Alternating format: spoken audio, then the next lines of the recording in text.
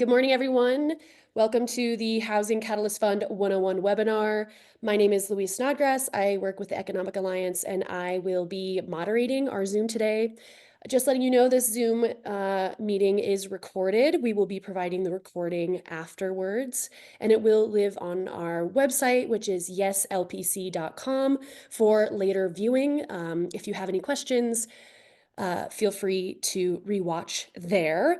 If you have questions during the presentation, feel free to add them to the chat. I will be moderating our chat pretty closely, and we have a designated section towards the end of this webinar for question and answer with the team. And I will also be doing my best to provide all of the direct URL links in the chat as well. So feel free to message me directly if you're looking for any particular information. Other than that, feel free to use the chat to ask questions. I'm going to go ahead and do a little bit of an overview of our agenda today before I kick it off and hand it to Sarah.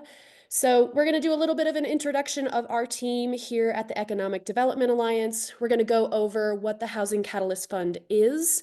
We're planning on doing a full live demo of the application so you understand step by step what that application process looks like. We have updated the application, so if you have looked at our application previously, this is a new and revamped application. We're going to give you some tips and tricks for a strong application for this fund. Then we're going to have some time for Q&A, and then lastly, follow up with some next steps. So with that, I am handing it over to our Executive Director, Sarah Tober, to introduce the Economic Alliance. Good morning, everyone. Thank you so much for joining us today. Yes, if you're not familiar with the La Plata Economic Development Alliance, we are the economic development organization for La Plata County. And our mission is to create a vibrant and resilient economy from the recruitment, retainment, and growth of business by fostering public and private partnerships and preserving our quality of life. And if you look further, those three cornerstones of this mission are found in workforce housing, workforce development, and building business capacity. So that is how we are involved in housing here, as a lot of industry and companies have been challenged to recruit and retain high quality employees because of the challenges of access to attainable housing, as well as childcare. So that is why we work in this space. We had a 3-year workforce housing investment strategy that we published a couple of years ago, and then we lifted up the Catalyst Fund. So a little bit more about our board. It's got 9 representatives at large and 4 are from the public sector. So when we talk about public-private partnerships, we represent it internally and externally in the way that we work. So we work with La Plata County, the city of Durango, the towns of Bayfield and Ignacio, and we've worked with them closely, specifically on workforce housing and standing up the Regional Housing Alliance of La Plata County back up. So today we have with us Jesse Christensen, our Business and Finance Director, who helps to lead our Catalyst Fund here internally. Louise Snodgrass, our Communications Manager. Eva Henson with Solyavera, who is also the Contract Director for the RHA. Rosalinda Linieres Gray is not here, but is our Project Run Director, and that is our workforce development. And Annie Lawson is our recently hired Program Navigator for Project Run. So to talk about the Housing Catalyst Fund, it's an exciting fiscal tool that we use to help infuse workforce housing projects with dollars, and also help to leverage state resources while creating a pipeline here locally through our workforce housing. There is a workforce housing group, and then there is the actual Catalyst Fund committee that makes decisions on Catalyst Fund recipients. And the reason we formed these two is to have our housing public partners represented, as well as housing leaders in the area. And so there is a lot of, a lot of benefit to having this fund here for the dollars purpose, of course, but then there's also benefit in trying to create a pipeline of attainable housing that we're able to help fast track through this process. Having those public-private partners, discussing these projects, understanding the goals of these projects, helps the projects along in other ways. And the Housing Catalyst Fund, again, was called for by that 3-year workforce housing investment strategy that we did. And so this has been in place now. If we could go back one, sorry. If we could go back to the, yeah. And to date, we have deployed 537,000 in funds, resulting in 464 below market units. So we currently have the 5th round of Catalyst Fund open, and we have raised 1.2 million for this fund. So we are well positioned to help some great attainable housing projects in La Plata County. So now we look at kind of who can apply. Our eligible applicants include nonprofit organizations, corporations, private developers, and local public agencies.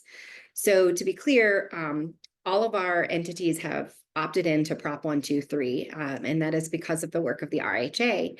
So all of these entities being opted into Prop 123 means that private developers and public developers have access to state funds. And so again, this Catalyst Fund helps to leverage access to those state funds, like many of the grants set up through Prop 123. So if we have an applicant who is seeking state funding, projects must commit to at least 25% of units to be below market. And again, we understand that, especially having gone through the process now a few times, that there are going to be private developers who have never had to apply for grants before or have never applied for state funding. And this process that we have created here with the Catalyst Fund at the Alliance is a way for private developers to understand the process of what it is to apply for state funds. So if you get through our application process, it is totally preparing you for state grant applications. That is the purpose of why we've made it a little bit more rigorous over time. We are simply preparing that documentation needed to apply to the state. Yes, and so again, this is open to nonprofit organizations, corporations, private developers, and local public agencies. And when we talk about below market, what we mean by that is that rental housing that delivers new rental units that provide rents affordable to households earning less than 140% AMI, that's area median income. And then for sale housing has to be less than 160% AMI. So the Alliance is really focused on that missing middle in housing needs here in La Plata County. We have several organizations that are focused on what we call affordable housing, which is typically 60 to 80% AMI at the top.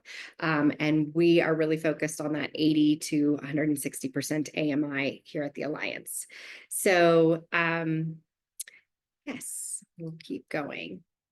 So some eligible uses for the Catalyst Fund. The Catalyst Fund, again, this is pre-development cost, typically not covered by state grants and things like that. So we are really looking to catalyze these grants to help these workforce housing projects get off the ground.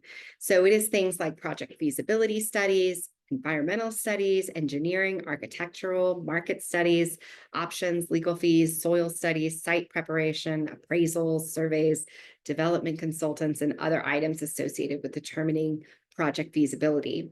And one of the tenets of our 3-year workforce housing investment strategy is preservation. So we actually have included preservation as part of our rubric as well, so that we can deploy Catalyst funds to new housing stock as well as preservation of existing stock as well. So if we look at the amounts and terms, these Catalyst Fund awards, they range between 25 and 75,000. So if awarded, the grant agreements will require that the applicants provide quarterly progress reports on the following areas. That is the pre-development activities completed, results of feasibility studies, changes on project concept, and updates to development timeline and approach. So our hope in this is that as the project is moving forward, that the project lead is communicating with us of how it's going. They can let us know about roadblocks, as again, we are really we really work with our public and private partners to ensure that we are trying to fast track these kinds of projects as best we can. And we're trying to ensure that we are lowering barriers to entry for workforce housing projects in La Plata County. So these grants, they are reimbursable, and I think Jesse may speak to that here in a bit. But basically, once you receive the award, then and you're reporting on how it's going, we're going to be reimbursing you for dollars spent. So now we're going to get into the application itself, where Jesse is going to take us through a application. Hi, everyone. Thanks, Sarah, for the background. That was great. I'm going to go over how to look at the application, and I just want to remind everybody that if you have questions, you can post those in the chat as we go. So let's dive in. So here's our website on the Housing Catalyst Fund. At the top, we have our application, so you're just going to select that button. This is a Google form. And one of the benefits of using Google Forms here is that if you sign into your account on the same computer and the same browser, and you use the same email address, you can return to your application at any time. So just remember to check which account that you're signing into when you get started on the application process, as you may want to stop and start this process as you go. So we have a summary on this first page, just again about the deadline for this round is going to be May 16th by midnight. And then we're going to be announcing the award recipients by June 30th. Again, the maximum funding request right now is $75,000, and we do have a link to the eligible uses here that Sarah discussed. The application is consistent of 3 different sections. So or 6 different sections. We're going to go through each of those here now. So let's hop in. This first page is our pretty critical questions to see if you are eligible for funding at this time. So we have 3 questions, and we would really like it if it's a not clear yes or a not clear no for you to contact us so we can have further dialogue about how to support your project. So the 3 big questions to make sure you're eligible for funding are, do you have site control? We're going to ask that you upload proof of your site control here.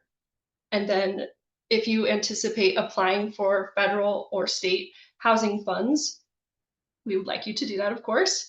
And then lastly, one of the most important pieces is that if you're going to be, if your audience is 25% of your units are going to go at below market rate. And we do have a link to the AMI charts here as well. So again, if it's not a clear no and not a clear yes, please contact us. All right, so we've got yeses on all 3 of those. Continue to the next page. We have our project information and narrative. This is pretty basic contact information at the front. And then we are asking our applicants to provide a GPS map of your parcel. So I'm going to demonstrate how to do that here. We want you to hop into the GIS system. You have to agree to this little prompt here. You're going to search for your property. And if you know the parcel number, you can type it in the search field, or you can put in an address. I'm going to show you this way. So as soon as it's been selected, you'll want to confirm that the information on the left-hand side is correct before you capture your information. So it should be kind of highlighted in red on the parcel. And you want to verify that this information is correct. If you have any troubles in the GIS system, happy to help as well. Once you've got it set on the screen, all you do is hit this print menu in the upper left kind of middle corner here, hit print.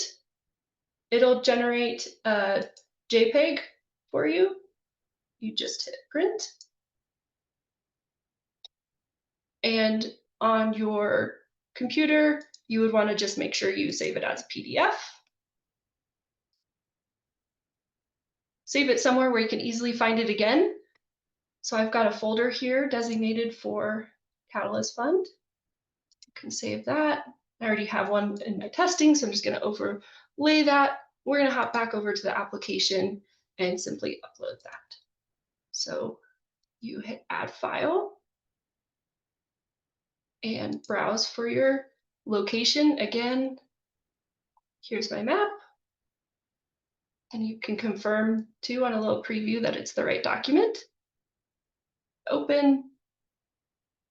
And if you see it attached right there, then you're good to go. Okay, the rest of this page is a little bit of a narrative as to what you're aiming to accomplish in your project. So it's things like, what type of housing are you producing? Who's your audience? Why are you asking for funding? And what expected issues you might see in the feasibility of the project. Lastly, we do ask that you agree to resale restrictions as well on your below market housing. Okay, we'll hop into the next page. This is our financial information. So we have a pro forma template for you. All you do is click on that link. And the first tab of this document is going to show you how to create your pro forma, either if you're using Google Drive or Microsoft Excel. The goal here is that you make a copy of this template and then you fill in your own information. You're going to save all that information and then re-upload it back into the application. So depending on whether you're using Drive or Excel, you want to follow those steps along. And also on our link here, we have examples of what those should look like. So I'm going to pull those up. There's 3 tabs in this document that we're asking you to fill out. So we've got pre-development funding, and this is your ask from the Catalyst Fund. So we want this cell to be no more than $75,000. We want to see that there's matching in all the categories. We want to see what the status is of that match, as well as a time frame for what that expenditure is expected to be utilized. Next, we have a development pro forma. This one's it gets a bit more granular in your development process. And all of these formulas should automatically calculate as you pre-fill. So what you're doing is you're filling out the yellow fields as you go. So this one's pretty long. We want you to be as thorough as you can with development. And then at the end, you want to verify that these final figures are looking accurate. Lastly, we do have a financing plan, just a bigger picture overview of your project. We want to know where your funding is coming from. So some of it may be self-funded or loans. And then of course the grant request would be in there as well.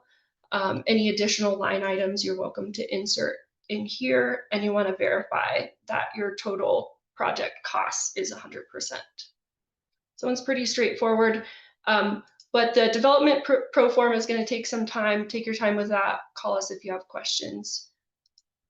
So once all 3 of those tabs are complete, you'll want to make sure you save your document, and then you simply upload it right into our application. I've asked that you check the 3 boxes. So I'm just going to uncheck them for a moment here.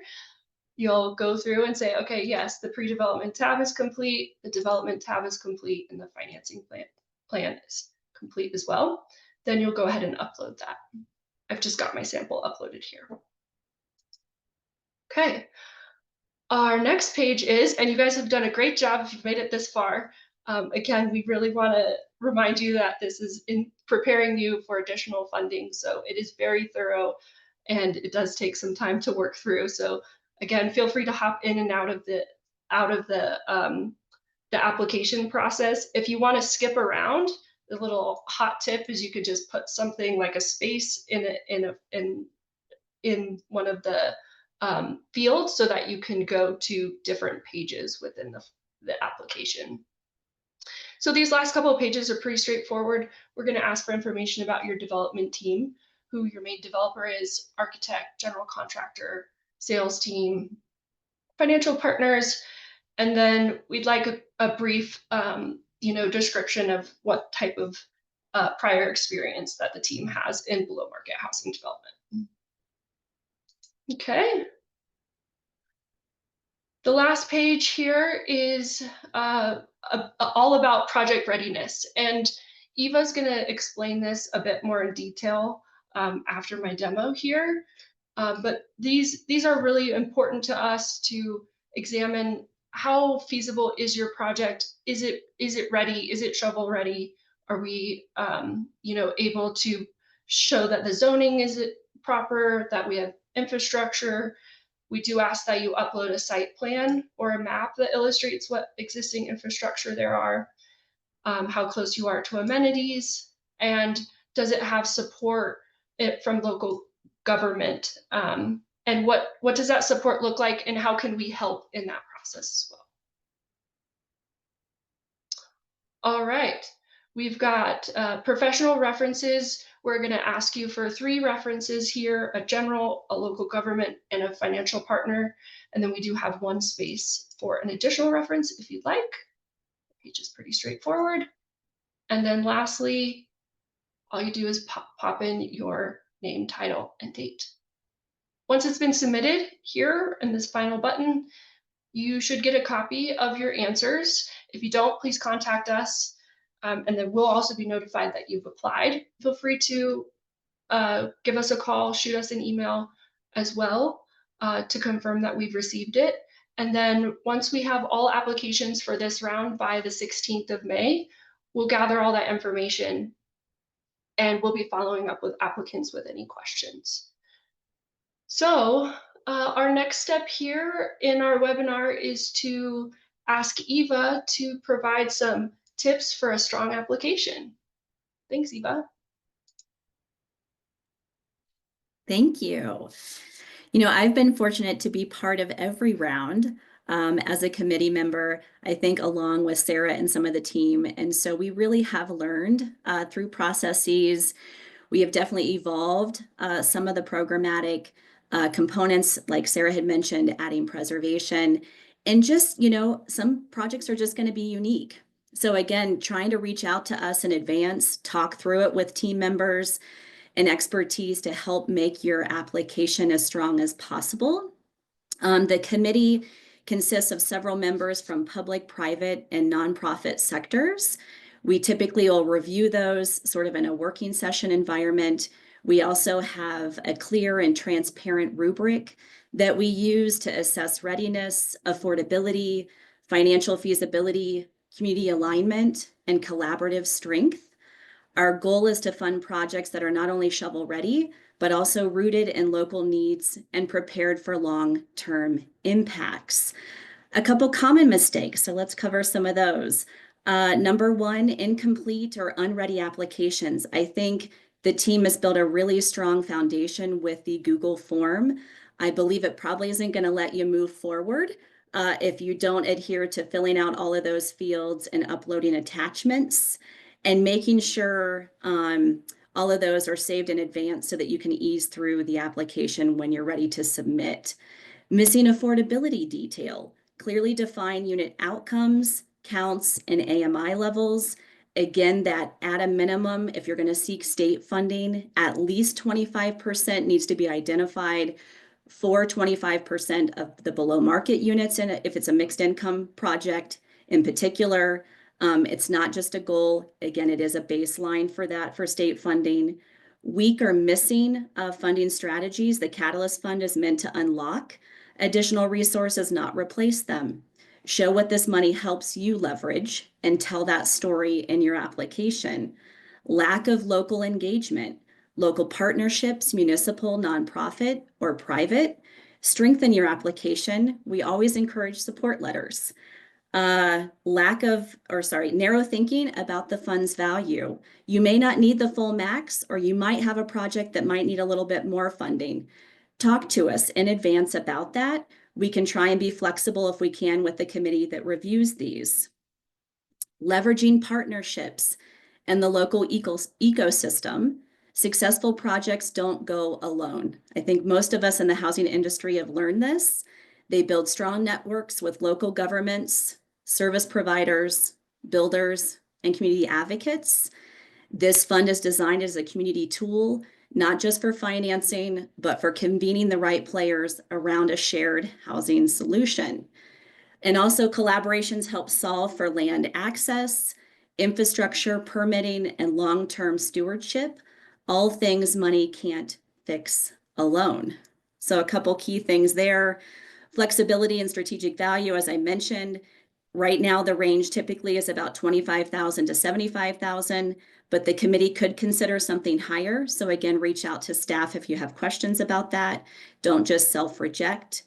And remember, this process positions you well to pursue local, state funding or federal housing funds. And a final takeaway: a strong application is more than a request. It's a roadmap. It shows that your team is capable, your plan is grounded, and your impact will last. And I hope you find that helpful. And so just to kind of recap, our deadline is May 16th for this 5th round of Catalyst Fund, and we will have award decisions communicated by June 30th. So again, these applications go through a process of being reviewed internally, and then by the working group, and then on to the Catalyst Fund committee, who makes the final decision on applications. And if an applicant is awarded, there will be a funding agreement, a Zoom call to discuss reporting requirements, reimbursement methodology. So a full grant awardees can have 2 opportunities to submit receipts, whereas somebody who maybe is receiving half of the funding they requested would have 1 reimbursement. So, and then there's also technical assistance available. But again, reach out to us and contact us directly if you have any questions about the Catalyst Fund, the application, the process, our working group, our committee. We are happy to talk with you about any potential projects you might like to discuss. Thank you so much for your time today, and I believe this will wrap it up. Thanks, everyone. Thank you.